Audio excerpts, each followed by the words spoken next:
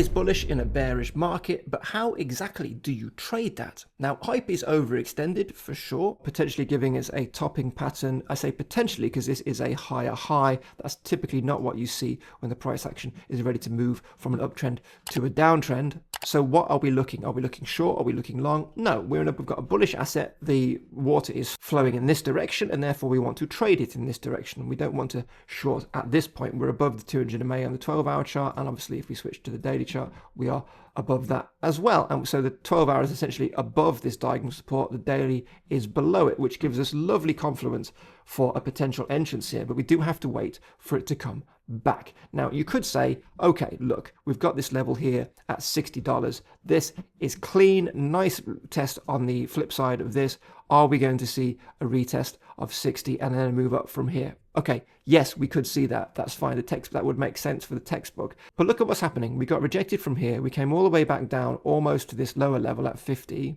which is this area here.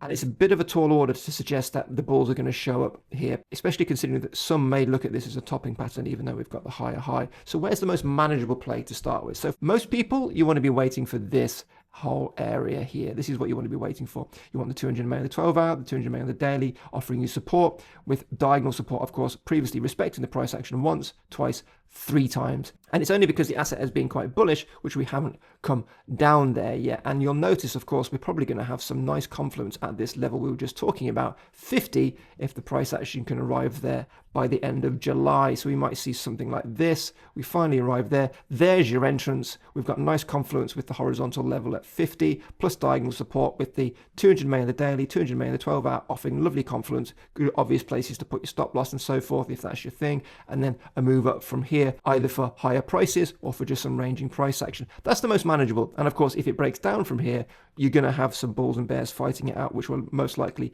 allow you to get out at minimal to no loss. And the advantage of trading ascending diagonal trend lines is if you get a break to the downside, you're typically going to get that bearish retest to check that the sellers are fully in control, pushing the price back up temporarily. But if you enter at 49 or 50 rather, and then it has to pushes that bearish retest, because it's an ascending diagonal line, the price action actually has to move higher than your entrance level to retest the diagonal line following that, depending on how long it takes. And therefore you could see even a little bit of profit potential on this entrance, even if it goes the wrong way. And those are the sort of trades which we like. So no shorts at the moment, I don't think, because of course any confirmation of the short would be a break of any potential double top neckline, which again just means that this is the area we want to look for anyway. We're running straight into buyers, so short viability is not really here. We're not at the top anymore either, so it is a waiting game. We're looking to see, of course, if hype does a new move. If it does, we'll reevaluate. That's the only reason why we'd start eyeing 60. If we get another higher high from here, then we can probably look at 60, and by the time that happened, would likely have the same confluence at $60 with these moving averages and diagonal support as we do